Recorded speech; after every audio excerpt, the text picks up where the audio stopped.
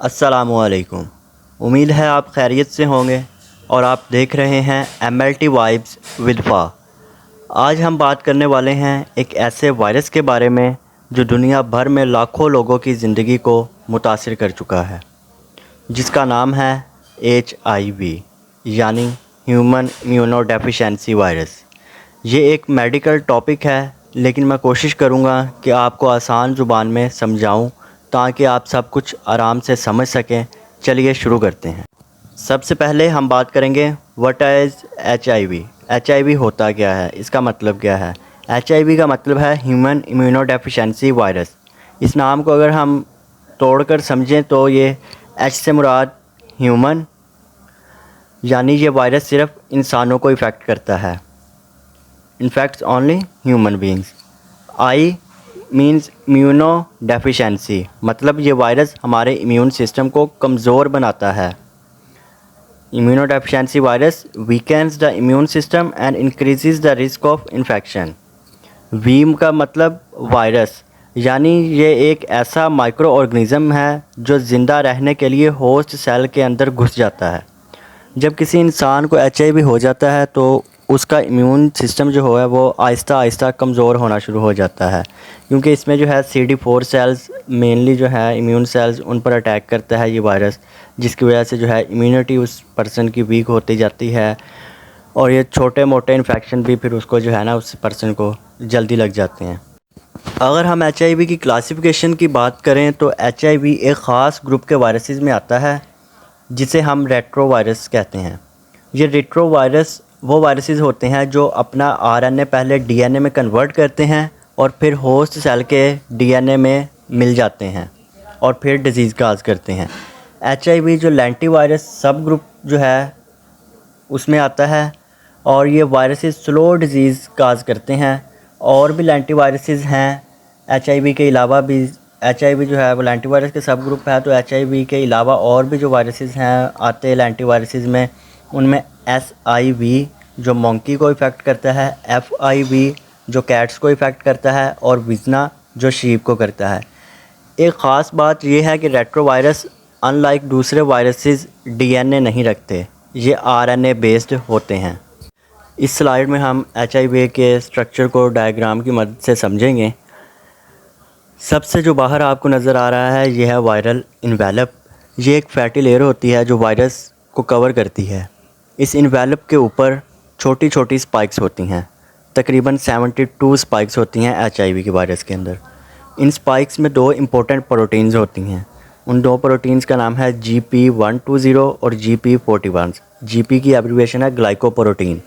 Glycoprotein 120 जो होती है ये नोब्स को बनाने में हेल्प करती है और GP ग्लाइकोप्रोटीन 41 जो है ये हैंडल का काम करता है। ये प्रोटीन्स होस्ट सेल के साथ बाइंडिंग में मदद करती हैं। इन्वेलप के नीचे होती हैं मैट्रिक्स लेयर होती है इसकी, जिसके ऊपर जो है P17 मौजूद होता है जो प्रोटीन बनाता है। फिर आता है कोर, जिस पे P24 जो है वो आकर लगता है और प्रोटीन से बनाया जाता है वो। ये बुलेट शेप्ड होता है। कोर के अंदर होता है HIV जेनेटिक मटेरियल, यानी 2 कॉपीज़ ऑफ RNA होती हैं और 3 इंपॉर्टेंट एंजाइम्स होते हैं, रिवर्स ट्रांसक्रिप्टेज, इंटेग्रेज और प्रोटीएज। रिवर्स ट्रांसक्रिप्टेज जो है ये RNA से DNA में कन्वर्ट करता है। इंटेग्रेज जो है ये वायरल DNA को होस्ट DNA में इंटेग्रेट करवाता है और जो प्रोटीएज है वो प्रोटीन को कट करके एक्टिव बनाता है, क्योंकि प्रोटीन जो होती है वो टर्शरी स्ट्रक्चर होता है तो वो फंक्शनल नहीं होती, उसको ये कट करके प्रोटीएज फंक्शनल बनाता है। जैसे हमने डायग्राम में देखा HIV के स्ट्रक्चर को, अब थ्योरेटिकल देखते हैं। HIV particles surrounded themselves with a coat of fatty material known as viral envelope। सबसे बाहर क्या होता है, वायरल इन्वेलप होता है। This envelope gives out lots of little spikes around 72 in number. 72 क्या हैं, स्पाइक्स हैं। These spikes are made of knobs and handles made of protein GP glycoprotein 120 and GP41 respectively. Just below the viral envelope is a layer called matrix जो viral envelope के नीचे layer नज़र आ रही थी उसको क्या कहते हैं, matrix, which is made from the protein P17, जिसको हम मैट्रिक्स प्रोटीन भी कहते हैं। उसके बाद below the matrix is an other layer of proteins P24 forming viral core और कैप्सिड। कैप्सिड क्या काम करता है? कैप्सिड जो आपका DNA का मटेरियल होता है, अंदर वायरस के जो DNA मटेरियल होता है उसकी प्रोटेक्शन कर रहा होता है, and is usually bullet shaped. और इसकी शेप क्या होती है? बेंजीन रिंग टाइप शेप होती है, बुलेट शेप्ड भी कह सकते हैं आप। Inside the core are 3 enzyme required for HIV replication called reverse transcriptase, integrase and protease. Also held within the core is HIV genetical material which consists of 2 identical copies of single stranded RNA. अगर हम बात करें HIV के causes की, HIV की वजूहात क्या हैं, किन किन वजूहात से HIV होता है और कैसे होता है। HIV infection is caused by the human immunodeficiency virus. HIV किस वजह से होता है? ह्यूमन इम्यूनोडेफिशिएंसी वायरस की वजह से, not a bacteria. HIV virus की वजह से होता है, बैक्टीरिया की वजह से नहीं होता। HIV का जो मेन काज होता है वो एक इन्फेक्टेड इंसान होता है, उसका जो ब्लड होता है या कोई भी बॉडी फ्लूइड होता है, जब वो किसी दूसरे इंसान के बॉडी के अंदर एंटर होता है, जैसे सेक्सुअल कॉन्टैक्ट के ज़रिए, इन्फेक्टेड नीडल्स के यूज़ से हो सकता है वो ट्रांसफ़र। उसके अलावा माँ से बच्चे को डिलीवरी या ब्रेस्ट फीडिंग के वक्त जब HIV बॉडी में चला जाता है तो ये CD4 जो होते हैं, हेल्पर T सेल्स होते हैं, उनको डिस्ट्रॉय करता है। ये वो वाइट ब्लड सेल्स होते हैं जो हमारी इम्यूनिटी के लिए बहुत ज़रूरी होते हैं। जैसे जैसे ये सेल्स कम होते हैं हमारी बॉडी वीक होती जाती है, हमारी इम्यूनिटी कम होती जाती है और माइनर सा इन्फेक्शन भी फिर हमें हो जाता है। After HIV in the body start to destroy CD4 helper T cells, not CD8 cells, which are white blood cells that help the body to fight infection and diseases.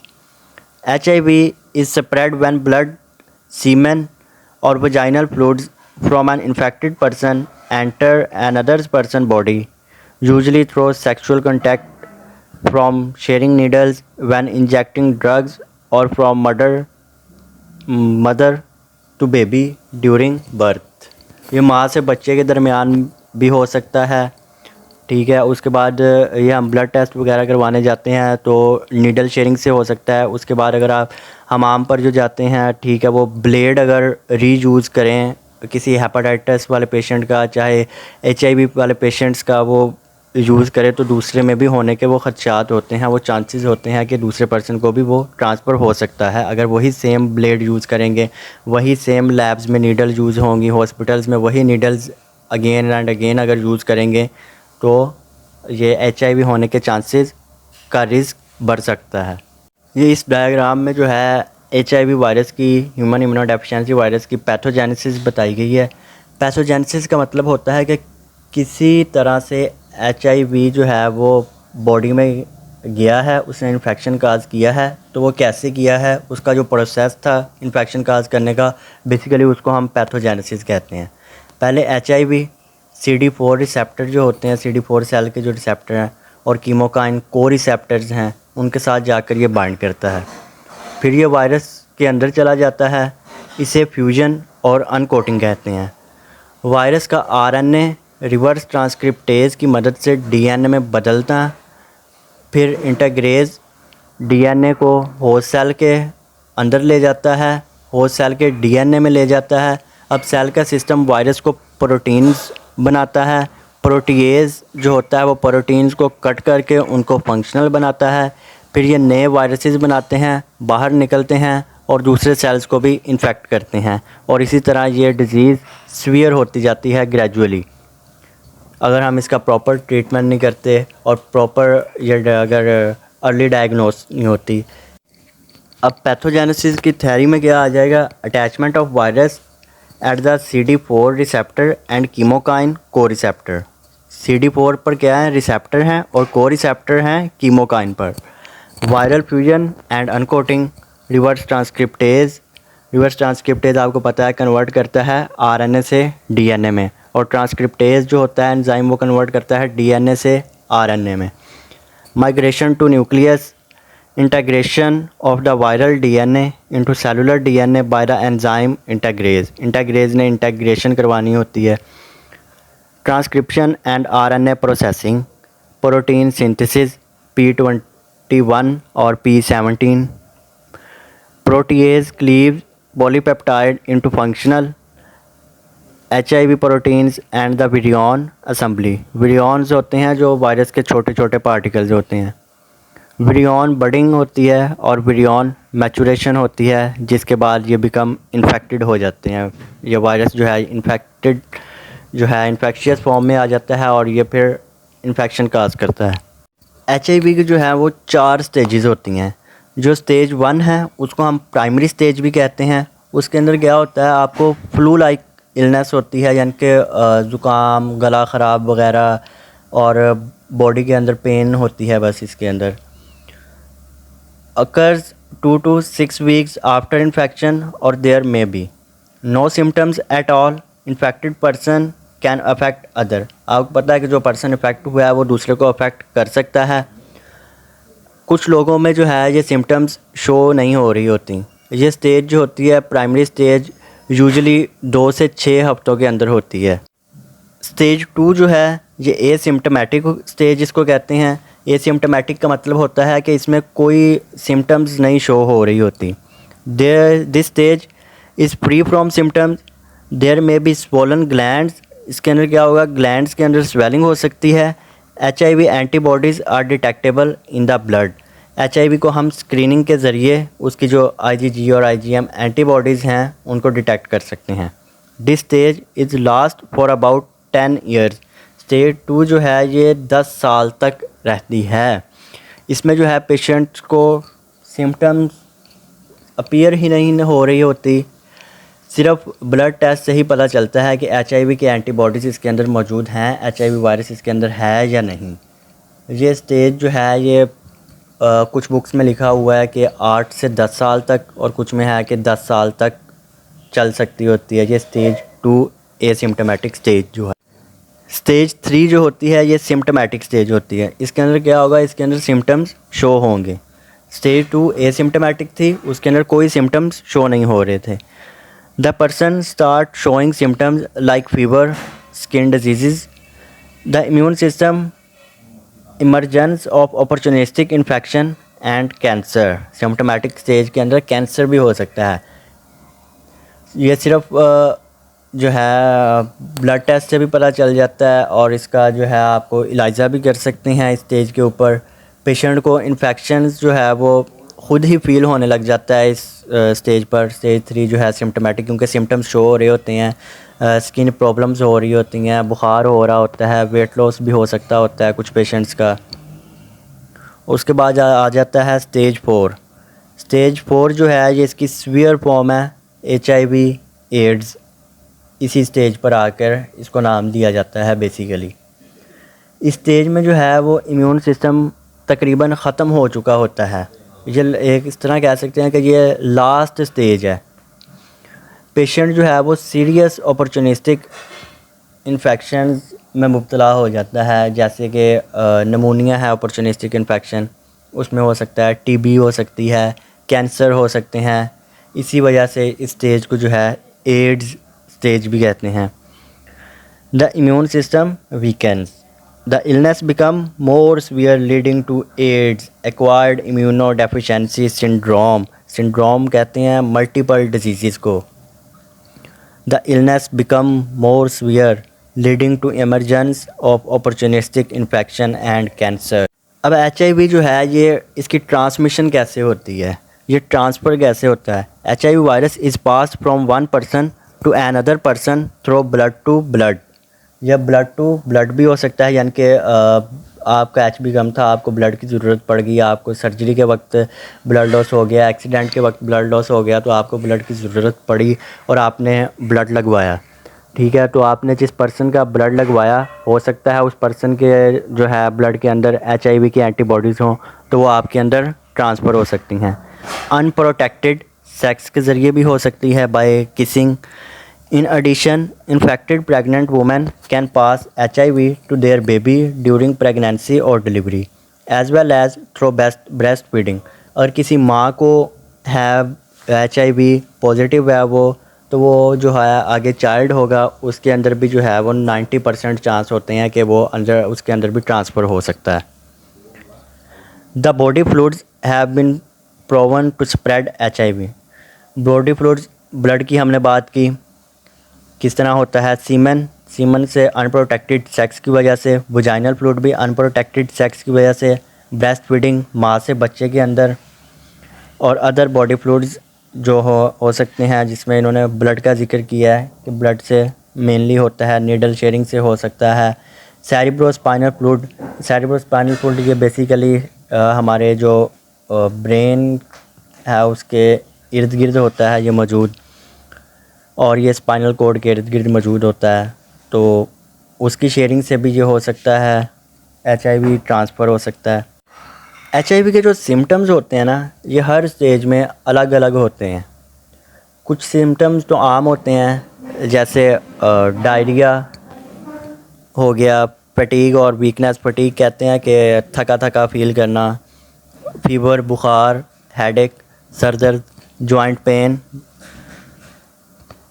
और इसके अलावा हो सकता है आपको नाइट स्वेट्स आ सकते हैं, रात के वक्त पसीना आ जाना, रैश या स्किन के ऊपर लाल लाल से निशान पड़ जाना, स्वोलन ग्लैंड्स के अंदर स्वेलिंग हो जाना, वेट लॉस, वज़न का कम हो जाना, yeast infections of the mouth और vagina that last a long time और अकर फ्रीक्वेंटली। ये स्किन रैशेज़ जैसे हो सकते हैं, और ये सिम्टम्स ग्रेजुअली आते हैं और इम्यून सिस्टम को जो है ये आहिस्ता आहिस्ता कमज़ोर करते हैं, ये जो सिम्टम्स आ रहे हैं। मेनली क्योंकि हम MLT के स्टूडेंट हैं, तो लेबॉर्ट्री टेस्ट इसको HIV को डायग्नोस करने के लिए कौन कौन से होंगे। एक तो होगा इलाइज़ा एंजाइम लिंक्ड इम्यूनोसॉर्बेंट ऐसे, जिसको इलाइज़ा और EIA एंजाइम इम्यूनो ऐसे भी कहते हैं। ये एक स्क्रीनिंग टेस्ट है जो एंटीबॉडीज़ को डिटेक्ट करेगा। सिर्फ किसकी एंटीबॉडीज़ को डिटेक्ट कर रहे हैं हम? HIV वायरस की एंटीबॉडीज़ को डिटेक्ट कर रहे हैं। और दूसरा जो टेस्ट होता है वो वेस्टर्न ब्लॉट। ये दोनों टेस्ट इम्यूनो ऐसे में ही आ जाते हैं। अगर इलाइज़ा पॉजिटिव आ जाता है तो उसकी कंफर्मेशन के लिए ये वेस्टर्न ब्लॉट टेस्ट करवाया जाता है। अगर हम इसकी प्रिवेंशन की बात करें तो there is no vaccine to prevent HIV infection. HIV infection को प्रिवेंट परमानेंटली करने के लिए, परमानेंट इसका कोई इलाज यानी कि हम कह सकते हैं कि नहीं आया अभी तक HIV का, इसलिए प्रिवेंशन ही इसका बेस्ट ऑप्शन है। But it's possible to protect yourself and others from infection. That means educating yourself about HIV and avoiding any behavior that allows HIV infected fluids, blood, semen, vaginal secretion and breast milk into your body. आप अपने आप को educate करें, risky behaviour जैसे unsafe sex या needle sharing से बचाएं, clean instrument use करें, रेगुलर HIV टेस्टिंग करवाते रहें, हर 3 माह बाद, हर 6 माह बाद, नहीं तो साल बाद तो लाजमी करवानी चाहिए। ये ज़रूरी है हर पर्सन के लिए, चाहे वो हेल्दी है चाहे वो अनहेल्दी है। HIV negative individual prevention. जिन लोगों को HIV नहीं होता, जो हेल्दी होते हैं, उनके लिए क्या प्रिवेंशन है या उनके करने वाले काम क्या क्या हैं? वो क्लीन सिरिंजेस यूज़ करें, एजुकेट करें अपने आप को, be cautious about blood product जो है ट्रांसफ्यूजन के दौरान या सर्जिकल जो टूल्स हैं उनको श्योर करें कि वो स्टीराइल हों। गेट रेगुलर स्क्रीनिंग टेस्ट, अपने स्क्रीनिंग टेस्ट रेगुलर करवाते रहें। Use condoms when having sex, इससे क्या होगा? प्रोटेक्टेड सेक्स होगा। अनप्रोटेक्टेड नहीं करना, उससे क्या होगा? HIV फैलने के चांसेस ज़्यादा होंगे। HIV पॉजिटिव इंडिविजुअल्स जो होते हैं उनके लिए प्रिवेंशन क्या क्या हैं? HIV पॉजिटिव लोग अगर दूसरों को सेफ़ रखना चाहते हैं तो वो कैसे रख सकते हैं? सेफ सेक्स करके, नीडल्स किसी के साथ शेयर ना करें, ब्लड या ऑर्गन्स डोनेट बिल्कुल भी ना करें जिनको HIV पॉजिटिव है। एंटी रेट्रोवायरल थेरापी स्टार्ट करें अपनी। अगर फीमेल पेशेंट प्रेग्नेंट हो तो फ़ौरन डॉक्टर से उसको चेकअप करवाना चाहिए और जो भी मेडिसिन डॉक्टर दे, प्रिकॉशन जो भी हों, जो भी थेरापीज़ हों उस वक्त वो करवानी लाजमी चाहिए। ये नहीं कि डॉक्टर से लिखवा ली और आगे जाके करवाई नहीं, करवानी लाजमी चाहिए उसको। HIV का जो है अभी तक परमानेंट कोई ट्रीटमेंट तो नहीं है, लेकिन जो HIV के इलाज में अब कई तरह के ड्रग्स जो हैं वो यूज़ होती हैं, जिसे हम highly active anti retroviral therapy HAART कहते हैं। ये 3 टाइप्स की होती हैं। न्यूक्लियोसाइड RT इनहिबिटर, जिसमें ज़िडोवियोडिन और सेटएवियोडिन आ जाती है। नॉन न्यूक्लियोसाइड RT इनहिबिटर, जिसमें इफावेरेंस और निवारैपिन आ जाती है। और इसके अलावा प्रोटीएज़ इनहिबिटर होंगे तो वो क्या करेंगे, प्रोटीन की ब्रेकडाउन नहीं होने देंगे। प्रोटीन की ब्रेकडाउन नहीं होगी, कट नहीं लगेंगे तो क्या होगा, फंक्शनल नहीं होगी।